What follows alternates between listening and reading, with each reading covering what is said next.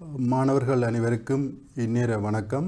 Don தொலைக்காட்சியின் கல்வி ஒளிபரப்பு சேவையில் மீண்டும் உங்களை சந்திப்பதில் மனமகிழ்ச்சி அடைகின்றேன். நான் ரேவ சுரேஷ், ஆசிரியர் ஆலோசகர் விஞ்ஞானம், கல்குடா கல்வி வலயம்.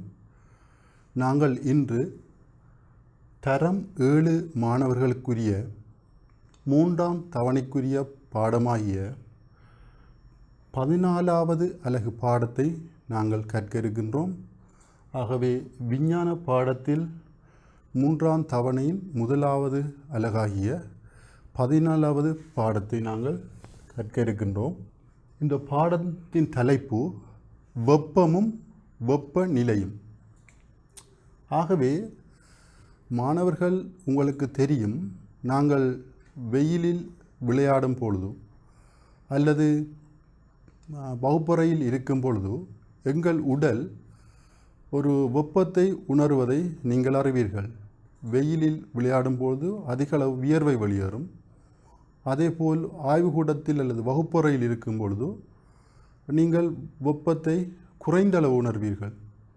ஆகவே எங்கள் சூழலில் அல்லது சூழலை சுற்றியுள்ள இடங்களில் நிழல் அல்லது வெயில் அல்லது மழை காலங்களுக்கு ஏற்ப வெப்பம் வேறுபடுவதையும் அதனை நீங்கள் உணர்வதையும் நீங்கள் உணர்ந்திருப்பீர்கள். இந்த வகையில் இந்த வெப்பம் அல்லது வெப்பநிலையும் என்ற பாடத்தில் தேர்ச்சியாக சக்தியின் பல்வேறு வடிவங்களையும் அவை சடப்பொருட்களுடன் ஏற்படுத்தும் இடைத்தாக்கங்களையும் மற்றும் சக்தி மாற்றங்களையும் வினைத்திறனுடனும் விளைத்திறனுடனும் ஓர் உத்தமமான மட்டத்தில் பயன்படுத்துவதற்காகத்தான் இந்த பாடம் முனைகின்றது. அந்த வகையில் நாங்கள் கற்கப்போகும் இந்த பாடத்தின் தேர்ச்சி மட்டமாக, தேர்ச்சி மட்டம் 3.3. ஆகவே உங்களுக்கு தெரியும், பௌதியவியல் பாடமெல்லாம் தேர்ச்சி 3 என ஆரம்பிக்கும். இந்த தேர்ச்சி 3.3 அலைத்தெறிப்பு, அலைமுறிவு ஆகிய தொடர்பான கோட்பாடுகளை அன்றாட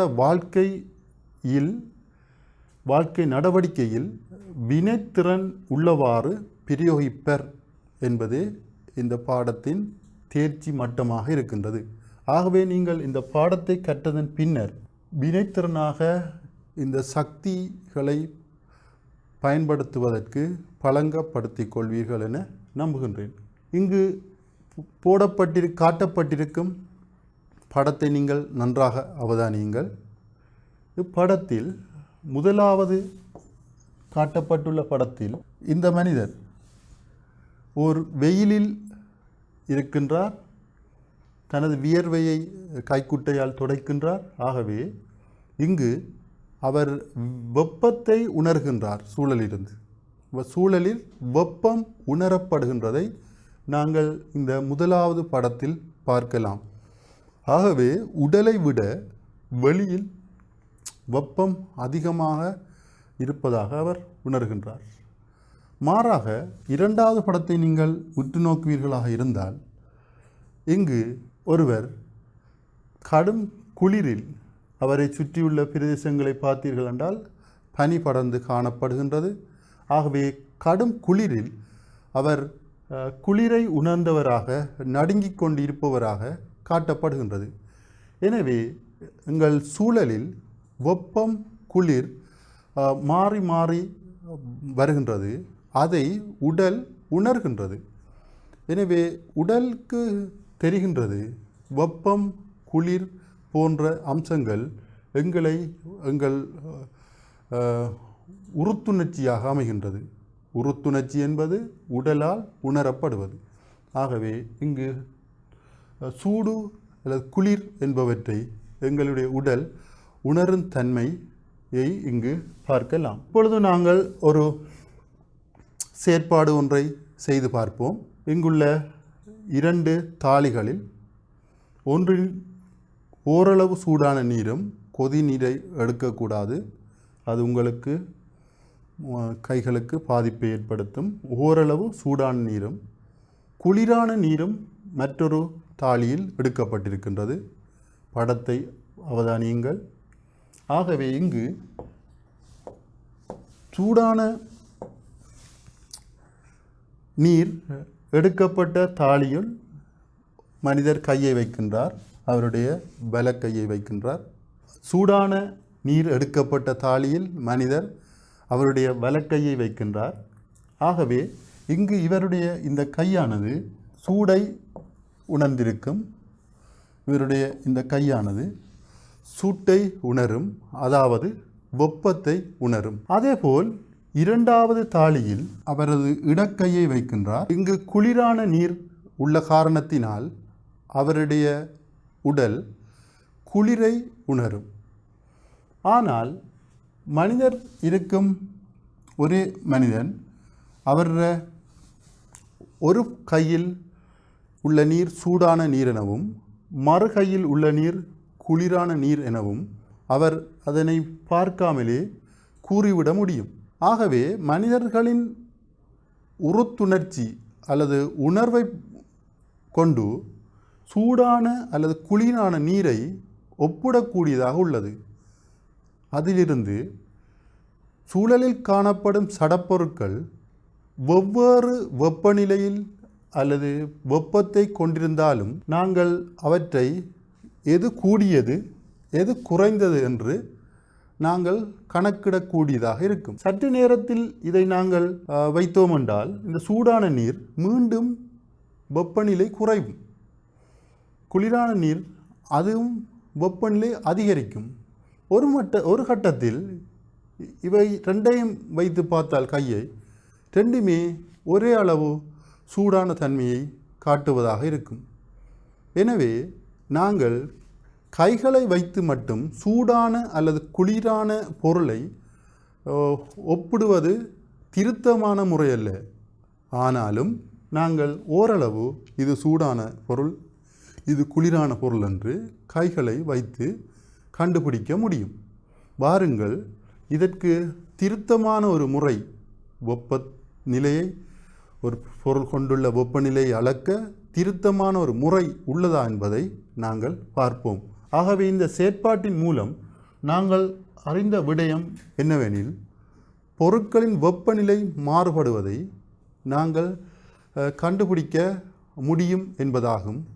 எந்த ஒரு பொருளும் அதே வெப்பநிலையில் சூழலில் இருக்கும்போது சூடான அல்லது குளிரான ஒவ்வொரு நிலைகளில் காணப்படலாம் என்பதையும் நாங்கள் இப்பரிசோதனை மூலம் அறிந்து கொண்டோம்.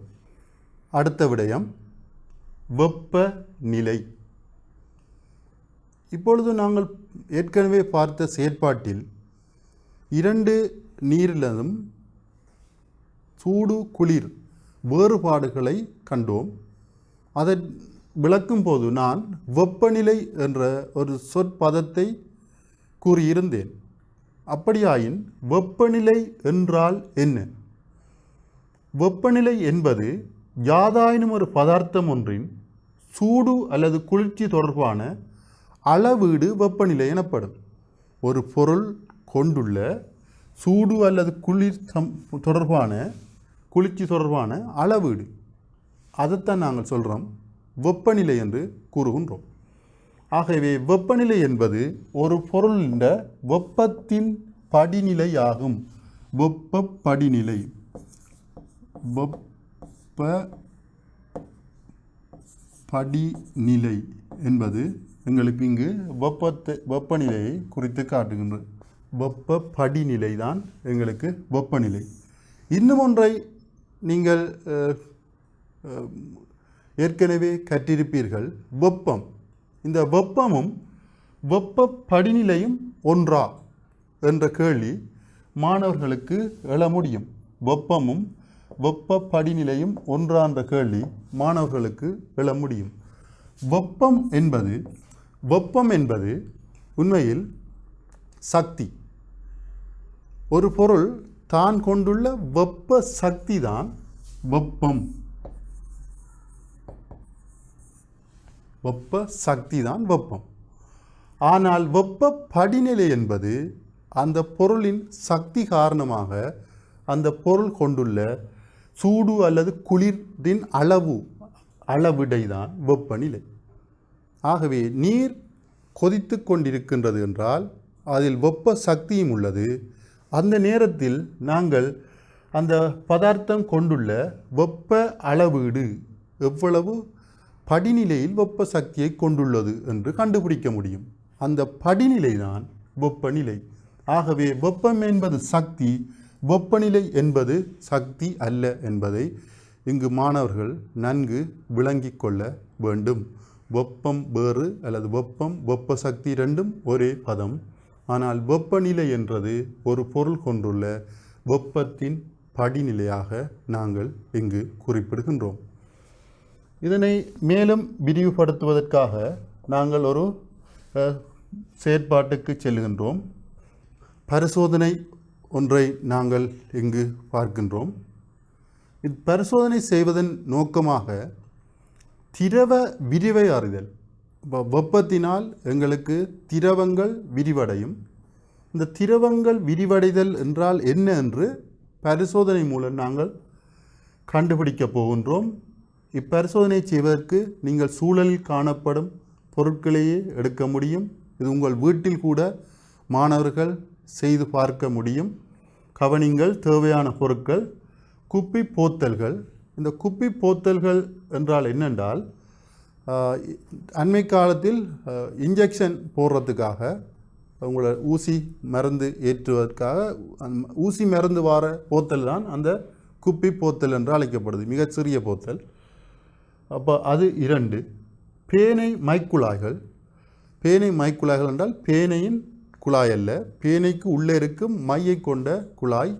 மையோட தேவையில்லை, வெற்று குழாயாக முடிந்த பேனாவிலிருந்து எடுத்துக்கொள்ளுங்கள். முகவைகள், தண்ணீரை கொண்ட சின்ன கண்ணாடி கிளாஸ் கூட நீங்கள் வீட்டில் பயன்படுத்த முடியும். அடுத்தது சிவப்பு நிற மை, ஒரு கோழிச்சாயம் அல்லது குங்குமம் கரைத்த ஒரு நீர். அடுத்தது நீர். அப்போ இவ்வளவும் நீங்கள் இந்த பரிசோதனைக்காக எடுத்துக்கொள்ள போகின்றீர்கள். வெப்பத்தினால் திரவம் விரிவடையுமா என்று பார்க்கிற பரிசோதனை. ஆகவே மாணவர்களே கவனியுங்கள், இதுதான் நாங்கள் அமைக்கப் போகும் பரிசோதனை அமைப்பு. முதலாவது நீங்கள் எடுத்த போத்தல் இங்கு காட்டப்பட்டுள்ளது. நான் கூறிய போத்தல், குப்பி போத்தல்கள் 2. இங்கே ஒரு போத்தல் பயன்படுத்தப்பட்டுள்ளது, இங்கு அடுத்த பக்கம் இன்னொரு போத்தல் பயன்படுத்தப்பட்டுள்ளது. அதேபோல் 2வது போத்தல் பயன்படுத்தப்பட்டுள்ளது. இதில் தக்கை அடைப்பான் ஒன்றை அல்லது அந்த போத்தலில் ரப்பர் அடைப்பான் இருக்கும், அதை நாங்கள் மூடிக்கொண்டு உங்கள் பேனா குழாயை அதில் பொருத்தக்கூடியதாக நாங்கள் செப்பம் செய்து கொண்டு இந்த 2 போத்தலின் உள்ளும் சமமாக உயரத்தில் இருக்கத்தக்கதாக நிறமைகளை ஊற்றிக்கொள்ள வேண்டும். ஆகவே போத்தல் இருக்கும், போத்தலுக்குள் நீங்கள் நிறமையை ஊற்றுவீர்கள்.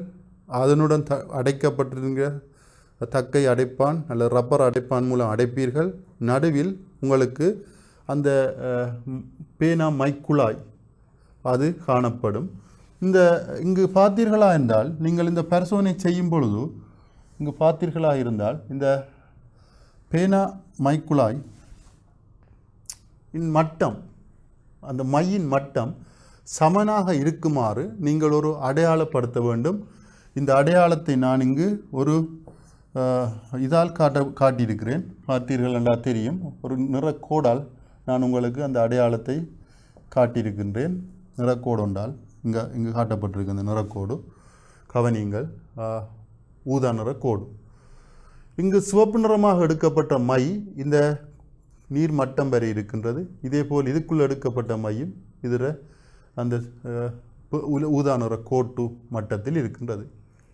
இதனை நாங்கள் 2 குப்பிகளையும் தயாரித்து ஒன்றை கொதிநீர் கொண்ட முகமையினுள்ளும் இன்னும் ஒன்றை குளிர் கொண்ட முகமையிலும் வைக்கலாம். கொதிநீர் உங்களுக்கு தெரியும், ஒரு கொதிக்க வைத்து எடுத்த நீரை நீங்கள் இங்கு பயன்படுத்தலாம். ஆக கொதிநீர் ஆவி வார அளவுக்கு பயன்படுத்த அது கூடாது. ஓரளவு வெப்பமான நீரை பயன்படுத்தினால் போதுமானது ஆபத்தை குறைப்பதற்கு. அதேபோல் குளிர்நீர் ஃப்ரிட்ஜிலிருந்து குளிர்சாதன பெட்டியிலிருந்து எடுத்து நீங்கள் இங்கே அதை பயன்படுத்த முடியும். இப்பொழுதோ இது 2ஐயும் வைத்துவிட்டு சிறிது நேரத்தின் பின் நீங்கள் அவதானித்தீர்களாக இருந்தால் இங்கு வெற்று பேனா குழாய்கள் இருக்கும், நிறமூட்டப்பட்ட நீர், உங்களோட தாலி, இதெல்லாம் நீங்கள் பரிசோதனையில் குறிப்பீர்கள்.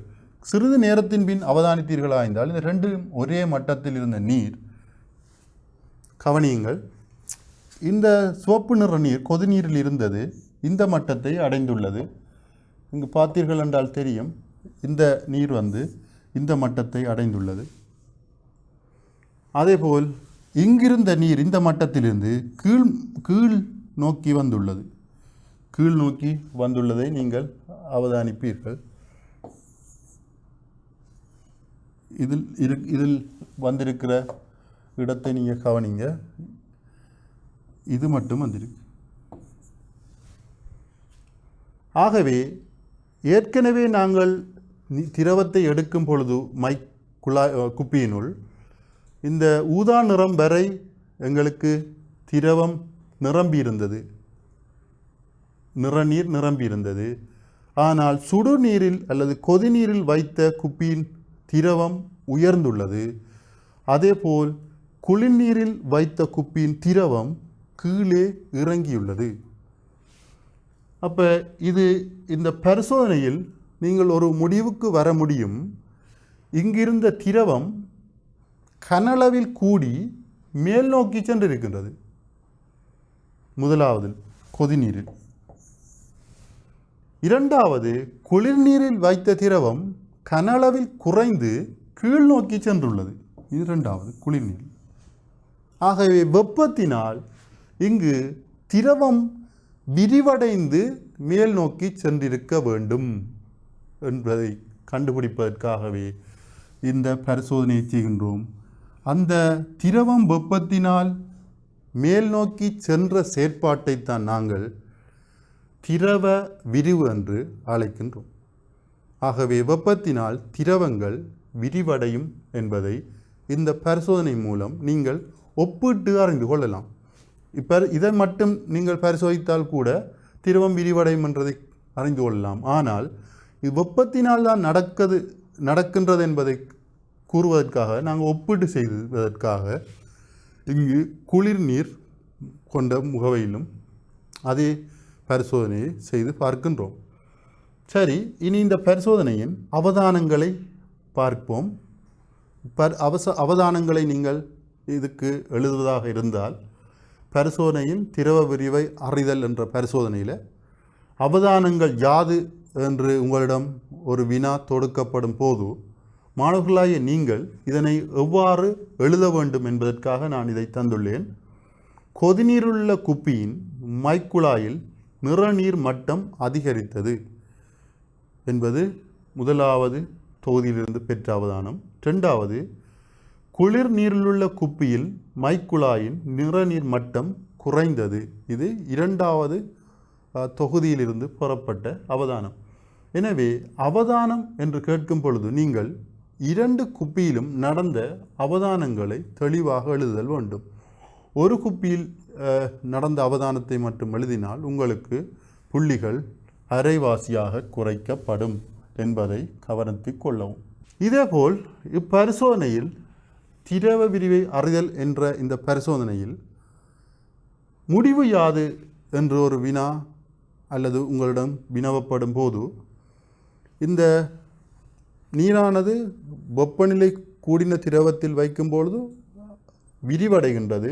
ஆகவே முடிவு திரவ நீரை வெப்பமேற்றும் போது குப்பியில் உள்ள இந்த நீரை கனளவில் அதிகரிக்கின்றது, அல்லது திரவ நீரை வெப்பமேற்றும் போது திரவ நீர் விரிவடைகின்றது. அந்த வெப்பத்தினால் குப்பிக்குள் இருந்த நீர், நிறநீர் மேல் நோக்கி அதிகரிக்கிறத நாங்கள் சொல்கிறோம் கன அளவு அதிகரித்தல் என்று. மிக முக்கியமான விடயம் கனளவு அதிகரித்தல். இந்த வெப்பத்தினால் கனளவு அதிகரித்தல் என்ற செயற்பாட்டுக்கு விஞ்ஞானத்தில் வழங்கப்படும் பெயர் திரவம் விரிவடைதல். ஆகவே நீங்கள் தற்போது ஒரு வெப்பநிலை காரணமாக திரவம் ஒன்று விரிவடையும் என்பதை நீங்கள் பரிசோதனை மூலம் கற்றுக்கொண்டீர்கள். நாங்கள் அடுத்த விடயத்துக்கு செல்லுவோம். இவ்வளவு நேரம் நீங்கள் கற்ற பரிசோதனையிலிருந்து திரவ விரிவு என்றால் என்ன என்று உங்களிடம் கேட்கப்படும் போது நீங்கள் இவ்வாறான ஒரு வரைவிலக்கணத்தை கொடுக்க முடியும். அதாவது திரவ விரிவு என்பது திரவ நீரை வெப்பமேற்றும் போது வெப்பம் கிடைக்கப் பெறுவதால் திரவம் கனளவில் அதிகரித்தல் திரவ விரிவு எனப்படும். வெப்பம் கிடைக்கும் போது திரவம் கனளவில் அதிகரித்தல் திரவ விரிவு எனப்படும். ஆகவே மாணவர்களே, தற்போது நாங்கள் திரவ விரிவொன்று எவ்வாறு நடைபெறுகின்றது, வெப்பநிலை காரணமாக நடைபெறுகின்றது, அந்த நேரத்தில் திரவத்தின் கனளவு மாற்றம் அடைகின்றது, அந்த கனளவு மாற்றம் அடையும் செயற்பாடை நாங்கள் திரவ விரிவு என்று அழைக்கின்றோம் என்பது பற்றி கற்றுக்கொண்டோம். அடுத்ததாக மற்றுமொரு பரிசோதனையை பார்ப்போம். கவனியுங்கள். எளிய வெப்பமானியை அமைத்தல் பரிசோதனை. எளிய வெப்பமானியை அமைத்தல். ஆகவே நாங்கள் இங்கு இந்த திரவ விரிவை பயன்படுத்தி ஆய்வுக்கூடத்தில் அல்லது வீட்டில் ஒரு வெப்பமானி ஒன்றை எங்களால் அமைக்க முடியுமா என்று இப்பொழுது சிந்திக்கப் போகின்றோம். இவ்வெப்பமானியை அமைப்பதற்கு எளிய வெப்பமானி, இதை அமைப்பதற்கு தேவையான பொருட்கள் குப்பி போத்தல். மீண்டும் அதே போல குப்பி போத்தலை எடுத்துக்கொள்ள வேண்டும். பேனை குழாய் ஒன்று, முகவை, சிவப்பு நிற மை, அளவிடை குறிக்கப்பட்ட கடதாசி அட்டை. நாங்கள் அந்த அளவிடையை குறிக்கின்றோம். எந்த அளவு அந்த திரவம் உயர்ச்சி அடைந்தது என்பதை அவதானிப்பதற்காக இந்த அளவிடை குறிக்கப்பட்ட கடதாசி அட்டையை எடுக்கின்றோம். இவ்வளவு 5 பொருட்களை நீங்கள் எடுத்து வீட்டில் இந்த அமைப்பை, எளிய வெப்பமானி ஒன்றை அமைக்க முயற்சிக்க முடியும். அடுத்ததாக இந்த வெப்பமானி எவ்வாறு அமைகின்றது என்பதை கவனியுங்கள்.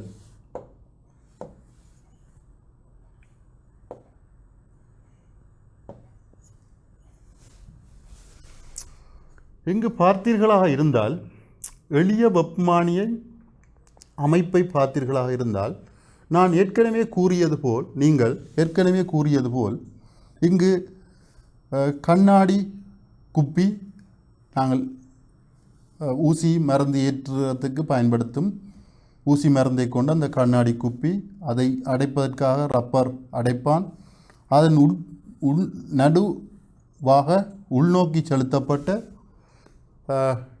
நிற நீர் அடங்கிய பேனாய் குழாய். இதுக்குள்ளே பார்த்தீர்கள்னா இந்த கண்ணாடி குப்பியும் நிற நீரால் நிரப்பப்பட்டு காணப்படும். இதன் அருகில், இந்த குழாயின் அருகில் இங்கு ஒரு அளவிடை ஒன்று வைக்கப்பட்டுள்ளது, ஒரு மட்டை. அந்த அட்டைத்தாளில் நாங்கள் சில அடையாளங்களை விட்டுள்ளோம். இது உங்கள் அளவு திட்டம் அடிமட்டத்தில் உள்ள அடையாளம் போல் இருந்தாலும் நாங்கள் ஒப்பிடுவதற்காக, இவ்வளவு மேல் நோக்கி சென்றிருக்கின்றது என்று ஒப்பிடுவதற்காக இதனை வைத்திருக்கின்றோம். அவை கண்ணாடி குப்பி இருக்கின்றது. இங்கு நிறமூட்டப்பட்ட நீர் அதனுள் ஊற்றப்பட்டிருக்கின்றது. பேனா குழாய் இருக்கின்றது. அதன் மத்தியில் கசிவில்லாதவாறு, லீக் இல்லாமல் அதை அடைக்கப்பட்டிருக்கின்றது. அதன் குழாயுடன் சேர்ந்ததாக பின்னோக்கி கடதாசி கீழே மூட்டப்பட்டுள்ளது. இவர் இந்த அமைப்பை செய்கிற மாணவன் உண்மையான வெப்பமானியையும் ஒன்றை அருகில் பொருத்தியுள்ளார்.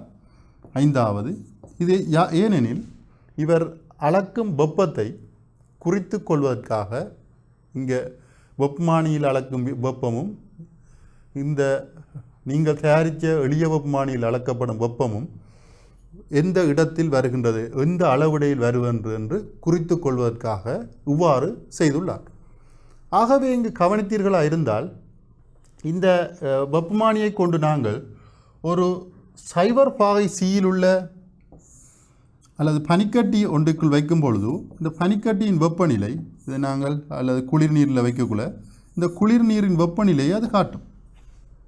குளிர் நீரின் வெப்பநிலையை அது காட்டும். அதேபோல் ஒரு சூடான நீரில் வைக்கப்படும் பொழுது அல்லது கொதிநீரில் வைக்கப்படும் பொழுது கொதிநீரின் வெப்பநிலையும் அது காட்டும். இப்போ நிறம் மையானது சூடான நீரில் வைக்கும் பொழுது மேல் நோக்கி ஏறும், குளிரான நீரில் வைக்கும் பொழுது கீழ் நோக்கி இறங்கும். அதே நேரத்தில் வெப்பமானியும் எவ்வளவு உயர்ச்சி அடைகின்றது, எவ்வளவு கீழ் நோக்கி வருகின்றது என்பதை நீங்கள் குறித்து வைத்தீர்களாக இருந்தால், இவை ரெண்டுக்கும் இடைப்பட்ட இடைவெளிகளை சமனாக உங்கள் அளவு மட்டத்தை பயன்படுத்தி, அடிமட்டத்தை பயன்படுத்தி பிரித்தீர்களாக இருந்தால், இந்த கண்ணாடி குப்பியை கொண்ட தொகுதியை நாங்கள் ஒரு வெப்பநிலை அளவிடுவதற்கு பயன்படுத்த முடியும். எவ்வாறு என்று சிந்திப்போம். முதலில் நாங்கள் இதனை ஒரு குளிர் நீரில் வைக்கும் பொழுது, உண்மையிலேயே உங்களுக்கு தெரியும், குளிர் நீர வெப்பநிலை நீங்கள் சிறிய வகுப்புகளில் கற்றிருப்பீர்கள். பனிக்கட்டியின் வெப்பநிலை 0 பாகை செல்சியஸ் என்று கற்றிருப்பீர்கள். பனிக்கட்டியின் வெப்பநிலை 0 பாகை செல்சியஸ் என்று கற்றிருப்பீர்கள். ஆகவே திரவ மட்டம் பலமையாக நீங்கள் ஊற்றியதை விட 0 பாகை செல்சியஸில் காணப்படும். அதேபோல் இதே தொகுதியை குளிரவிட்டு மீண்டும் ஒரு சுடுநீரில் கொண்டு இந்த குப்பியை வைக்கும் பொழுது நீங்கள் கற்றிருப்பீர்கள், சுடுநீர் அல்லது கொதிநீரின் வெப்பநிலை 100 பாகை செல்சியஸ். நாங்கள் இந்த வெப்பமானியை அருகில் பயன்படுத்துகின்றோம். ஆகவே இந்த பரிசோதனை மூலம் எளிய வெப்பமானி ஒன்றை அமைப்பது எவ்வாறு என்பதை நீங்கள் கற்றிருப்பீர்கள். இதில் வார பரிசோதனை முடிவை நாங்கள் பார்ப்போம். அப்போ அவதானம் உங்களுக்கு பரிசோதனையில் திரவ மட்டம் உயர்வது அவதானமாக இருக்கும். பரிசோதனையின் முடிவு வெப்பத்தை பெறுவதால் ஏற்படும் திரவ விரிவை பயன்படுத்தி எளிய வெப்பமானியை அமைக்க முடியும். அப்போ வெப்பம் பெறுவதால் திரவங்கள் விரிவடையும். அந்த திரவ விரிவை நாங்கள் பயன்படுத்தி ஒரு எளிய வெப்பமானியை அமைக்க முடியும் என்பதற்காகவே இந்த பரிசோதனையை நாங்கள் செய்துள்ளோம். இதை நீங்கள் உங்கள் வீடுகளில் செய்து பார்க்கக்கூடியதாக இருக்கும். வெப்பமானி திரவங்களின் வகைகள்.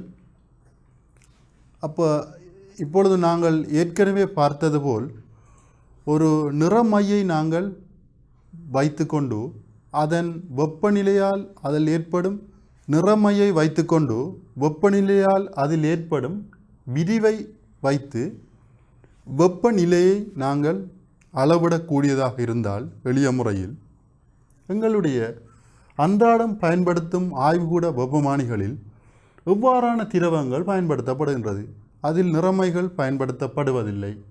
மாறாக இங்கு வெப்பமானி திரவங்கள் என்று சொல்லப்படும் குறித்த சில திரவங்கள் பயன்படுத்தப்படுகின்றது. அதில் முதலாவது இரசம். இந்த அமைப்பில் இங்கு பயன்படுத்தப்பட்டு இருப்பது இரசம். இரசம் உங்களுடைய வெள்ளி நிறத்தில் காணப்படும் திரவமாகும். அது ஒரு உலோக திரவம், உலோக அமைப்புள்ள திரவம். ஆகவே இரசம் எங்களுக்கு வெப்பமானி திரவமாக பயன்படுத்தப்படுகின்றது. இதேபோல் இன்னொரு வகை திரவம் எங்களுக்கு வெப்பமானி திரவமாக பயன்படுத்தப்படுகின்றது ஆல்கஹால். அப்போ நிறமூட்டிய ஆல்கஹால் சிலவற்றையும் எங்களுக்கு வெப்பமானி திரவமாக பயன்படுத்தும் வெப்பமானிகளை நீங்கள் ஆய்வுக்கூடத்தில் காணலாம். உதாரணமாக இங்கு பார்த்தீர்களாயிருந்தால் ஒரு ஆல்கஹால் என்று சொல்லப்படுற திரவத்தை பயன்படுத்தும் ஆல்கஹால் வெப்பமானி ஒன்று இங்கு காட்டப்பட்டுள்ளது. ஆகவே நாங்கள் ஒரு வெப்பமானியை எடுத்தோமாக இருந்தால் இந்த வெப்பமானியில் 3 பிரதான பகுதிகள் காணப்படும். இதில் உள்ள முதலாவது பகுதியை நாங்கள் குறிப்பிடுவோம், குமிழ் என்று குறிப்பிடுவோம். ஒரு வெப்பமானியில் உள்ள முதலாவது பகுதி குமிழ் என்று குறிப்பிடுகின்றோம். இங்கு காட்டப்பட்டுள்ள ஆல்கஹால் வெப்பமானியின் குமிழில் சிவப்பு நிற மை அல்லது ஆல்கஹால் நிறமூட்டப்பட்ட ஆல்கஹால் காணப்படுகின்றது சிவப்பு நிறத்தில். ஆகவே இது ஒரு ஆல்கஹால் வெப்பமானி. ஏற்கனவே காட்டிய படத்தில் உங்களுக்கு தெரியும், ஏற்கனவே காட்டிய படத்தில் உங்களுக்கு அது இரசமாக இருந்தது, இது ஆல்கஹாலாக காணப்படுகின்றது. ஆகவே இந்த ஆல்கஹாலை கொன்ற அந்த முனைப்பகுதியை நாங்கள் குமிழ் என்று சொல்லுவோம். இதனை தொடர்ந்து வரும் பகுதியை தண்டு என்று சொல்லுவோம். இதற்கு இடையில் இருக்கின்ற பகுதியை கழுத்து பகுதி என்று சொல்லுவோம். அதாவது உங்களுக்கு இப்படி ஒரு வெப்பமானியில் அந்த ஒடுங்கி வர பகுதி கழுத்து பகுதியாகவும் கீழே இருக்கிற பகுதி குமிழ் பகுதியாகவும் அழைக்கப்படும். இது குமிழ், இது கழுத்து, இது தண்டு என்று அழைக்கப்படும் அல்லது அளவுடை என்று அழைக்கப்படும். இவ்வாறு தான் ஒரு வெப்பமானியின் பகுதிகளை நாங்கள் இனங்காண முடியும். ஆகவே இப்பொழுது நாங்கள் 2 வெப்பமானிகளிலும் பயன்படுத்தப்படும் திரவங்கள், வெப்பமானி திரவங்கள், ஒன்று அல்கோஹால், அது என்ன நிறத்தில் காணப்படும், அடுத்தது இரசம், அது என்ன நிறத்தில் காணப்படும் என்பதை பார்த்திருக்கின்றோம். இது தவிர வேறு சில வெப்பமானிகளும் அண்மை காலத்தில் நீங்கள் கண்டிருப்பீர்கள். இங்கு படத்தை அவதானியுங்கள். இங்கு கீழே காட்டப்பட்டுள்ள எல்லா வெப்பமானிகளும் தற்போது எங்களுடைய கோவிட்-19 காலப்பகுதியில் இந்த வெப்பமானிகளை வைத்து வெப்பநிலை வளமையான உடல் வெப்பநிலையை விட கூடினால் அவருக்கு கொரோனா வைரஸ் இருப்பதாக கூட உறுதிப்படுத்துவதற்காக இருக்கலாம் என்று உறுதிப்படுத்துவதற்காக கூட இந்த வெப்பநிலையை அநேகமான வங்கிகள், நிலையங்கள் அல்லது சில வேலைத்தலங்களுக்கு செல்லும் பொழுது அதற்கு முன் இருக்கும் இதற்கு பொறுப்பானவர் எங்களின் அல்லது உங்களின் உடல் வெப்பநிலையை அருகில் வராமல் அளப்பார். இது இலக்கமில் வெப்பமானி, டிஜிட்டல் வெப்பமானி என்று நாங்கள் ஆங்கிலத்தில் டிஜிட்டல் தெர்மோமீட்டர் என்று ஆங்கிலத்தில் அழைப்போம். இலக்கமில் வெப்பமானி. ஆகவே இந்த இலக்கமில் வெப்பமானியில் என்ன நடக்கும் என்றால் இன்ஃப்ராரெட் என்ற ஒரு ஒளிக்கதிர்கள் வரும். இந்த ஒளிக்கதிர்கள் சூடான மேற்பரப்பில் பட்டவுடன் எவ்வளவு வெப்பத்தில் அந்த மனிதரோ பொருளோ இருக்கும் என்பதை காட்டும். ஆகவே இது அண்மை காலத்தில் பயன்படுத்தப்படுற வெப்பமானி ஒன்றாக. இது ஒரு ஆய்வுக்கூடத்திலும் பயன்படுத்துவார்கள் அல்லது வைத்தியசாலையிலும் பயன்படுத்துவார்கள். இதுவும் ஒரு இலக்கமில் வெப்பமானி. வலிமையாக நீங்கள் சிறுவர்களாக இருக்கும் பொழுது வைத்தியசாலைகளுக்கு சென்றால் உங்கள் உடல் வெப்பநிலையை அளப்பதற்காக உங்கள் நாக்கின் கீழ் இவ்வாறான ஒரு வெப்பமானியை வைப்பார்கள். இதற்குள்ளும் இரசம் காணப்படும். ஆகவே இங்கே வெப்பமானி திரவமாக இரசம் காணப்படும். இந்த வெப்பமானியில் வேறுபாடுகள் இருக்கின்றது. இதை பற்றி நாங்கள் அடுத்ததாக பார்க்க இருக்கின்றோம். ஆகவே நீங்கள் அதில் உள்ள திரவங்களை மட்டும் அவதானியுங்கள். இங்கு திரவம் பயன்படுத்துகிற வெப்பமானி கீழ் உள்ள இதில் பார்த்தீர்கள் என்றால் இதுவும் ஒரு இலக்கமில் அல்லது டிஜிட்டல் வெப்பமானி. இதிலும் இரசம் திரவம் பயன்படுத்தப்படுகின்றது. இது முதலாவது இரச திரவம் பயன்படுத்தப்படுற உடல் வெப்பமானி, இரண்டாவது டிஜிட்டல் வெப்பமானியில் இரசம் பயன்படுத்தப்படுகின்ற வெப்பமானி. இந்த ரெண்டிலும் மூன்றாவது வகை, இதில் எங்களுக்கு இரசம் பயன்படுத்தப்படுவது இல்லை. ஆகவே இது இன்ஃப்ராரெட் எனப்படும் ஒரு செங்கீழ் கதிர்கள், செந்நிற கீழ்கதிர்கள், அதை கொண்டு இயங்கும் ஒரு நவீன வெப்பமானியாக இருக்கின்றது. ஆகவே எல்லா வெப்பமானிகளிலும் எங்களுக்கு வெப்பமானி திரவங்கள் உள்ளன என்ற ஒரு வினா கேட்கப்பட்டால் நீங்கள் அதுக்கு விடையளிக்கும் போது இல்லை என்று விடையளிக்க வேண்டும். அநேகமாக இருக்கின்ற வெப்பமானிகளில் வெப்பமானி திரவம் காணப்பட்டாலும் சில வெப்பமானிகளில் வெப்பமானி திரவம் இல்லை. சரி, நாங்கள் இப்பொழுது அல்கோஹால் வெப்பமானி ஒன்றை பாருங்கள், அவதானியுங்கள். இந்த அல்கோஹால் வெப்பமானி பகுதியில் இருக்கின்ற குமிழினுள் அல்கோஹால் காணப்படுகின்றது. சிவப்பு நிறத்தில் அது காட்டப்படுகின்றது. இரண்டாவதாக காணப்படுவது அதன் கழுத்து பகுதி, பின்னர் இருப்பது ஒரு அளவு திட்டத்தை கொண்ட அளவிடை பகுதி. ஆகவே இந்த வெப்பமானியில் நீங்கள் சைபர் பாகை தொடக்கம் இங்கு பார்த்தீர்களாக இருந்தால் 110 பாகை வரை இந்த வெப்பமானியில் 110 வரை போடப்பட்டிருக்கின்றது. இங்கு சைபர் தொடங்கி இருக்கின்றது, 0, இதில் 0, 10 என்று கூட ஒரு அளவுடைய காணப்படுகிறது. பனிக்கட்டியை விட குறைந்த வெப்பநிலையும் அளக்கக்கூடிய ஒரு தன்மை இந்த வெப்பமானியில் குறிக்கப்பட்டுள்ளது. ஆகவே இது ஒரு திரவ வெப்பமானி, அல்கோஹால் வெப்பமானி ஒன்று எவ்வாறு காணப்படும் என்பதை நாங்கள் இங்கு பார்க்கலாம். உடல் வெப்பமானி என்று சொல்லப்படுற மருத்துவ வெப்பமானி.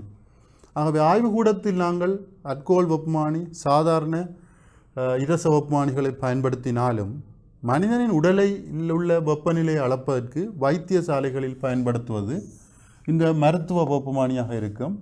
இந்த மருத்துவ வெப்பமானி வந்து விசேடமாக இதனை நாங்கள் கண்டுபிடிப்பதற்கு இந்த இடத்தை கவனிக்க வேண்டும். ஒரு வெப்பமானியை எடுத்தவுடன் இது சிறிய அளவோ, நான் காட்டுவது போல் சிறிய பெண் அளவு இருந்து அதில் இரச குமிழின் அருகில் உள்ள இரச ஒரு மடிப்பு ஒன்று காணப்படும், மெல்லிய வளைவு ஒன்று காணப்படும். இங்கு இந்த இரசம் இந்த குழாயினூடாக போய் வெப்பநிலையை காட்டப் போகின்றது.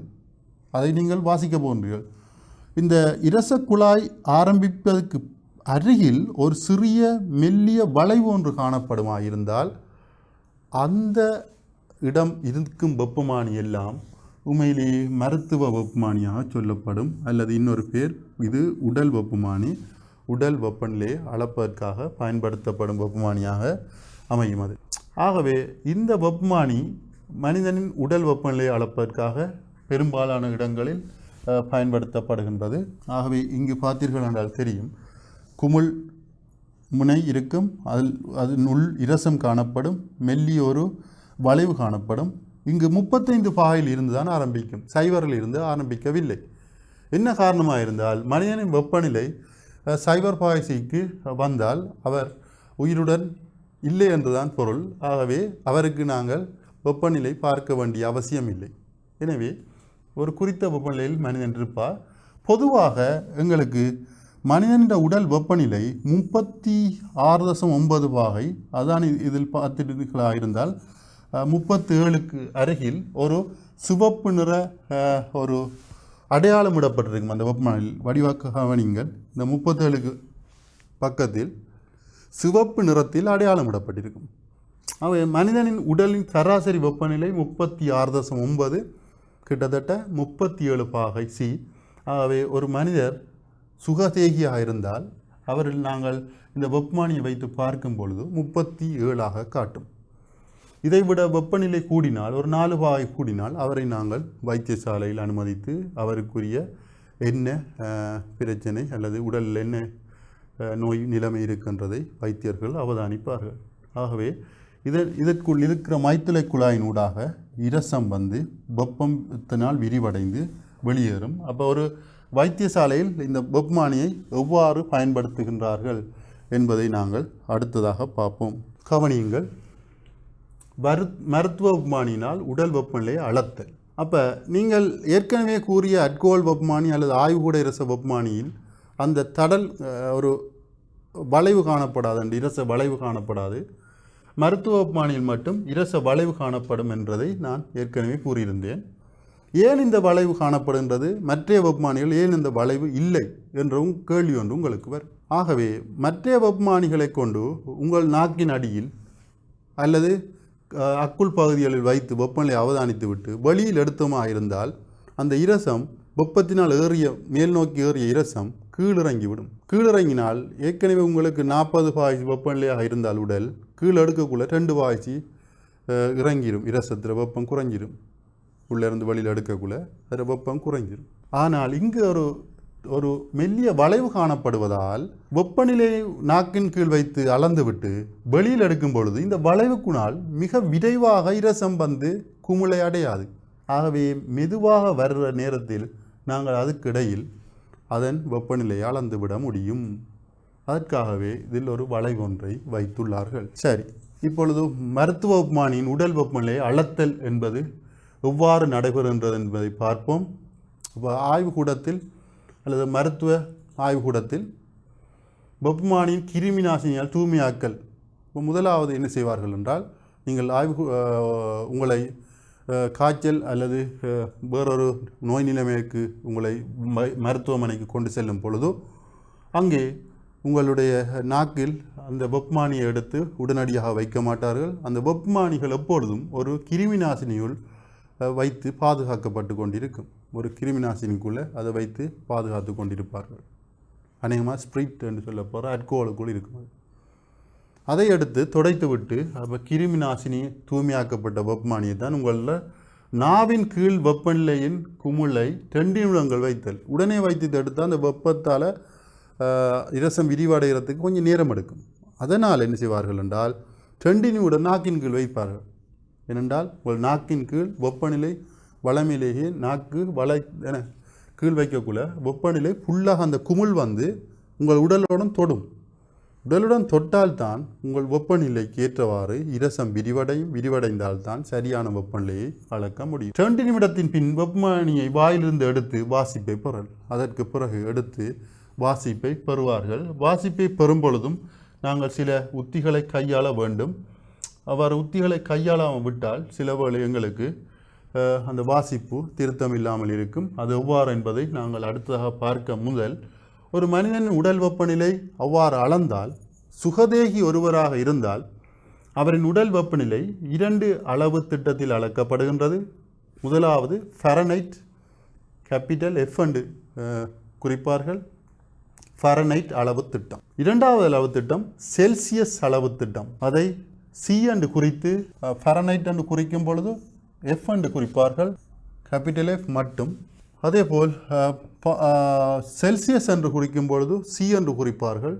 இதன் மேல் மூலைகளில் ஒரு சிறியொரு புள்ளிகளை இடுவார்கள். அதை சொல்கிற நாங்கள் பாகை என்று கணிதத்தில் சொல்கிற பாகை புள்ளி. அப்போ இதை வாசிக்கக்குள்ள மாணவர்கள் பாகை ஃபாரன்ஹைட் என்று வாசிக்க வேண்டும், புள்ளி ஃபாரன்ஹைட் என்று வாசிக்கக்கூடாது. அதேபோல் பாகை செல்சியஸ் என்று வாசிக்க வேண்டும். ஆகவே இங்கு குறிக்கப்பட்டிருக்கின்ற இந்த புள்ளிகள் கவனித்தீர்கள் என்றால் தெரியும். மனிதனின் உடல் வெப்பநிலை 98.4 பாகை ஃபாரன்ஹைட் அல்லது 36.9 பாகை செல்சியஸ். இது யாருக்கு? சுகதேகி மனிதருக்கு. காய்ச்சலில் உள்ளவர்கள் அல்லது நோய் நிலைமையாக உள்ளவர்களுக்கு இதையும் விட வெப்பநிலை குறையலாம் அல்லது கூடலாம். ஆகவே இதையும் நீங்கள் கற்றுக்கொள்ள வேண்டும். இதை விட வேறு வித்தியாசமான சில வெப்பமானிகளும் காணப்படுகின்றது. இந்த வெப்பமானிகளை நீங்கள் பார்த்தீர்களாயிருந்தால் மிருகங்களுக்கு உடல் வெப்பநிலை அளப்பதற்காக கூட அண்மை காலத்தில் சிறப்பு வெப்பமானிகள் பயன்படுத்தப்படுகின்றன. இதில் முதலாவது படத்தை பார்த்தீர்களானால் ஒரு பூனையின் உடல் வெப்பநிலை அளப்பதற்காக எங்களுக்கு அதன் காதினுள் இடக்கூடியவாறு ஒரு வெப்பமானி காட்டப்படுகின்றது.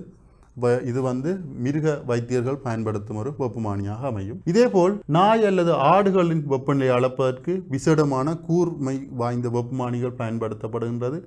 அது ஆடுகள் அல்லது நாய்களின் வெப்பநிலையை உடலினுள் அனுப்பி அளக்கக்கூடியதாக இருக்கும். அதேபோல் சில விலங்குகளின் காதுகள் அல்லது வாய்க்குள் அனுப்பக்கூடிய வெப்பமானிகள் உருவாக்கப்படுவதில்லை. காதுகளுக்குள் அனுப்பும் வெப்பமானிகள் உருவாக்கினாலும் வாயினுள் அனுப்பும் வெப்பமானிகள் உருவாக்கப்படுவதில்லை. என்ன காரணம் என்று உங்களுக்கு தெரியும். விலங்குகள் வாயினுள் எந்த பொருளை வைத்தாலும் கடிக்கும். ஆகவே அந்த வெப்பமானிகள் சேதமடையும் என்பதற்காக இவ்வாறு காது அல்லது மது சம்பந்தமான இடங்களில் வெப்பத்தை அளவிடுவதற்காக சில வெப்பமானிகள் உருவாக்கப்பட்டு இருக்கின்றன. அப்போது ஒரு வெப்பமானியை நாங்கள் முறையாக பயன்படுத்தும் போது கவனிக்க வேண்டிய விடயங்களை பார்த்தீர்கள் என்றால், குமிழின் அமைவிடம், அந்த வெப்பமானி குமிழ் என்று சொல்லப்படும் குமிழ்ற அமைவிடம் சரியாக எங்கு வைக்கப்பட வேண்டும் என்றால், அந்த குமிழ் அனைத்துமே அந்த உடலினுள் வெப்பநிலை அளக்க வேண்டிய பொருளினுள் அல்லது உடலினுள் உட்செலுத்தி அளக்கப்பட வேண்டும். அதுதான் வெப்பமானி நாங்கள் அவதானிக்க வேண்டிய முதலாவது விடயம். அதுதான் வெப்பமானியை முறையாக அளவிடும் போது கவனிக்க வேண்டிய விடயம், குமிழின் அமைவிடம். இரண்டாவது, நிலைக்குத்தாக பொருத்த வேண்டும். ஆகவே இயன்ற அளவு நாங்கள் இந்த வெப்பமானியின் அளவிடத்தை அளக்கும் பொழுது குமிழை கையால் பிடித்து விடக்கூடாது. பிடித்தால் அதில் இந்த வெப்பம் எங்கள் உடல் வெப்பநிலையும் சேர்ந்து இன்னும் கூட காட்டும். ஆகவே ஒரு சிறுவரின் வெப்பநிலையை நாங்கள் நாக்கின் அடியில் வைத்து அளக்க போகிறோம்னா நாக்கின் அடியில் முற்றாக வைத்து அளந்து விட்டு அதை எடுப்பவர் குமிழை பிடித்திடக்கூடாது. பிடித்தால் என்ன நடக்கும் என்றால், அந்த வெப்பம் நிலை அவர வெப்பநிலையும் சேர்ந்து சில பல குறையெல்லாம் கூடலாம் வலு ஏற்படும். நிலைக்குத்தாக பிடித்தல் வேண்டும். நிலைக்குத்தாக வெப்பமானியை பிடித்துத்தான் அதில் அளவு வாசிப்பை பெற வேண்டும். இரசம் சரிவாக இருந்தால் இரசம் மேலே கீழே இறங்கி வாசிப்பு பிழைக்கும். அதேபோல் கண்மட்டத்தில் ஒழுங்கமைத்தல் வேண்டும். இங்கு காட்டப்பட்டுள்ள படத்தில் ஒருவர் தனது கண் மட்டத்தில் வைத்து தான் வெப்பநிலையை அவதானிக்க வேண்டும். ஆகவே நாங்கள் ஒரு உடலில் வைத்தோமென்றால் அதை எடுத்து வெளியில் வைத்து கண்ணின் நேர் மட்டத்தில் கொண்டு வந்து தான் அந்த வெப்பம் எவ்வளவு வெப்பநிலை இருக்குன்னு பார்க்க வேண்டும். கீழிருந்து பார்த்தோம் என்றால் அதுக்கு மேலிருக்கிற வாசிப்புகள் சில வேளை தென்படும். அது பிழையானது. ஆகவே கண் மட்டம் என்பது அந்த இரசம் எவ்வளவு தூரம் உயர்ந்துள்ளதோ அந்த மட்டத்தில் கண்ணை கொண்டு வைத்து எவ்வளவு வெப்பநிலை என்றதை கவனிக்க வேண்டும். 4வது, இரசனல் மட்டத்தில் கண் வைத்து அளவிடல் வேண்டும். வெப்பமானிய கண் மட்டத்தை கொண்டு வருவது 3வது, 4வது அதை கண் மட்டத்தில் வாசிப்பை பெறுதல் 4வதாக இருக்குது. இப்போ குமிழின் அமைவிடம், வைக்க வேண்டிய இடம் அந்த பொருளுக்கு முற்றாக இருக்க வேண்டும். நிலை குத்தாகத்தான் வச்சு பார்க்க வேணும். அடுத்தது கண் மட்டத்துக்கு கிட்ட கொண்டு வச்சு தான் பார்க்கணும். அடுத்தது அதில் கண் மட்டத்தில் வைத்து இரச மட்டம் எவ்வளத்து இருக்குமோ அந்த மட்டம்தான் உங்களுடைய வெப்பநிலையாக இருக்கும். வெப்பநிலை அளவு திட்டங்கள். ஆகவே பல வெப்பமானிகளில் பல்வேறு வகையான அளவு திட்டங்கள் பயன்படுத்தப்படுகின்றது. நாங்கள் பயன்படுத்தும் வெப்பமானிகளில் வெவ்வேறு வகையான அளவு திட்டங்கள். இப்போ நாங்கள் ஒரு தராசில் நிறைய சீனியை உப்பை வேண்டுவோம் என்றால் கிலோகிராம் இருப்பது போல் வெப்பநிலை எவ்வளவு இருக்கும் என்று அளவிடுவதற்காக அளவு திட்டங்கள் பயன்படுத்தப்படுகிறது. எவ்வளவு வெப்பநிலை நாங்கள் கையை வைத்து சுடு குளிர் என்று சொல்வது போல் சொல்ல முடியாது. திருத்தமாக சொல்வதற்கு ஒரு அளவு திட்டம் வேணும். உங்களுக்கு ரூலர் அல்லது இதுகள் போல அளக்கும் கோல்கள் போல இங்கேயும் வெப்பநிலை அளக்கிறதுக்கு அளவு திட்டங்கள் உள்ளது. அதில் முதலாவது அளவு திட்டம் செல்சியஸ் அளவு திட்டம். இங்கு காட்டியிருக்கிற அலகு குறிக்கிற முறை பாகை சி. ஃபாரன்ஹைட் அளவு திட்டம் பாகை எஃப். ஏற்கனவே நான் இதை உங்களுக்கு விளங்கப்படுத்தி இருக்கின்றேன். ஃபாரன்ஹைட் அளவு திட்டம் பாகை எஃப். அதேபோல் கெல்வின் அளவு திட்டம் கே. இதில் வார குறியீடுகளை மாணவர்கள் பிழைவிடுவதுண்டு. எல்லாமே கேபிட்டல் லெட்டர்ஸில் பயன்படுத்த வேண்டும். ஸ்மால் லெட்டர்ஸ் இருந்தால் அல்லது எழுதக்கூடாது. அது நியமமான முறையல்ல. ஆகவே கெல்வின் அளவு திட்டத்துக்கு மிக முக்கியமாக வித்தியாசத்தை கவனியுங்கள். பாகை கே என்று போடவில்லை. கவனித்தீர்கள் என்றால் தெரியும். கெல்வின் அளவு திட்டத்துக்கு பாகை கே போடுவதில்லை. பாகை குறிக்கக்கூடாது கெல்வினுக்கு. சரிதானே? ஆகவே வெப்பநிலை அளவு திட்டம் எங்களுக்கு செல்சியஸ், ஃபாரன்ஹைட், கெல்வின் என்று இருக்கின்றது. பாகை செல்சியஸ், பாகை ஃபாரன்ஹைட், கெல்வின், பாகை அல்ல. அடுத்ததாக நாங்கள் ஒரு மனிதன் வெப்பநிலை, நீர உறைநிலை, கொதிக்கிற நீர வெப்பநிலை என்பவற்றை கொண்டு சில அளவு திட்டங்களை நாங்கள் இங்கு காட்சிப்படுத்தியுள்ளோம். கவனியுங்கள். இதை நாங்கள் ஒப்பிடுவதற்காக உங்களுக்கு காட்டப்படும் அட்டவணையாக இது அமையும். பாகை செல்சியஸ் என்பது, பாகை ஃபாரன்ஹைட் என்பது, கெல்வின் என்பது ஒப்பிடுவதற்கான ஒரு அட்டவணை. ஒரு கொதிக்கும் நீரை எடுத்தமாக இருந்தால் அதை நாங்கள் சொல்லுவோம் கொதி நீர். கொதி நீர் வெப்பநிலையை நாங்கள் இலகுவாக சொல்லுவோம் கொதி நிலை என்று சொல்லுவோம். அப்போ கொதிக்கு நீர் கொதிநிலையை ஒரு செல்சியஸில் ஒரு வெப்பமானியால் ஒரு மாணவர் அளந்திருந்தால் அதில் வெப்பநிலை எங்களுக்கு 100 பாகை செல்சியஸாக இருக்கும். அதே மாணவர் அதனை ஃபாரன்ஹைட்டில் அளந்தாராக இருந்தால் 212 பாகை எஃபாக இருக்கும். 212 ஃபாரன்ஹைட்டாக இருக்கும். அதேபோல் கெல்வின் அளவு திட்டத்தில் அளந்தாராக இருந்தால் 373 கெல்வினாக இருக்கும். நீங்கள் இதை மாணவர்கள் சாதாரணமாக மனனம் செய்து வைத்திருத்தல் நன்று. நீரின் உறைநிலை. நீரின் உறைநிலை என்றால் நீர் உறைந்தால் பனிக்கட்டியாக மாறும். ஆகவே இந்த பனிக்கட்டியின் வெப்பநிலை பாகை செல்சியஸில் 0 பாகை செல்சியஸ். இதை ஃபாரன்ஹைட்டில் சொல்லுவர் 32 பாகை ஃபாரன்ஹைட் என்று சொல்லுவார். அப்போ ஃபாரன்ஹைட் வெப்பமானியால் அல்லது ஃபாரன்ஹைட் அளவு திட்டம் குறிக்கப்பட்ட வெப்பமானியால் இதை அளவிடுபவர் என்ன சொல்லுவார்? 32 பாகை ஃபாரன்ஹைட் என்றுவார். அதேபோல் கெல்வின் வெப்பமானியால் அளவிடுறவர் எவ்வாறு கூறுவார் என்றால் 273 கெல்வின் என்று கூறுவார். இதேபோல் மனிதண்ட உடல் வெப்பநிலை ஒருவர் சராசரி உடல் வெப்பநிலை 36.9 பாகை செல்சியஸ், ஃபாரன்ஹைட்டில் 98.4 பாகை ஃபாரன்ஹைட், கெல்வினில் 309.9 கெல்வின். ஆகவே அநேகமாக நாங்கள் ஆய்வுக்கூடங்களில் அல்லது வைத்தியசாலைகளில் மனிதண்ட உடல் வெப்பநிலையை இந்த அலகில் தான் அளக்கின்றார்கள். 98.4 ஃபாரன்ஹைட். அது 100க்கு போனால் அல்லது 100க்கு மேல் போனால் அவர்கள் அந்த மனிதருக்கு சில வேளை நோய் உள்ளதாக கருதி அவருக்குரிய சிகிச்சைகளை ஆரம்பிப்பார்கள். ஆகவே இந்த அட்டவணையை மாணவர்கள் கற்றுக்கொள்ள வேண்டும். செல்சியஸ், ஃபாரன்ஹீட், கெல்வின் மூன்றும் வெவ்வேறு அளவு திட்டம். ஆனால் ஒரே பொருளுக்கு உரிய வெப்பநிலை மாறுபடுகின்றது. நீருக்கு மாறும் உறைநிலை, உடல் வெப்பநிலை எல்லாம் செல்சியஸில் அளந்தால் வேறு வேறு விட வருது, ஃபாரன்ஹீட்டில் அளந்தால் வேறு வேறு, கெல்வினில் அளந்தால் வேறு வேறு விடைகள் வரும். இதனை கவனித்துக் கொள்ள வேண்டும். ஆகவே மாணவர்களே, இதுவரை நாங்கள் வெப்பமும் வெப்பநிலையும் என்ற பாடத்தில் நீங்கள் வெப்பமானி ஒன்றை வீட்டில் அல்லது ஆய்வுக்கூடத்தில் இலகுவில் உருவாக்கவும், அந்த வெப்பமானியை கொண்டு வேறு பதார்த்தங்களின் வெப்பநிலையை அளக்கவும், ஆய்வுக்கூடத்தில் அல்லது மருத்துவமனையில் பயன்படுத்தப்படும் ஒவ்வொரு வகையான வெப்பமானிகளை இனங்காணவும், அத்துடன் அந்த வெப்பமானிகளில் பயன்படுத்தப்படும் வெப்பமானி திரவங்கள், அதில் பயன்படுத்தப்படும் வெப்பநிலை வாசிப்பு அளவிடைகளை இனங்காணவும் கற்றுள்ளீர்கள். மேலும் நாங்கள் அடுத்த பாடத்தில் இதனை தொடர்ச்சியாக மற்ற விடயங்களை பார்ப்போம். இத்துடன் எங்களுடைய டான் டிவியின் கல்வி ஒளிபரப்பு முடிவடைகின்றது. நன்றி.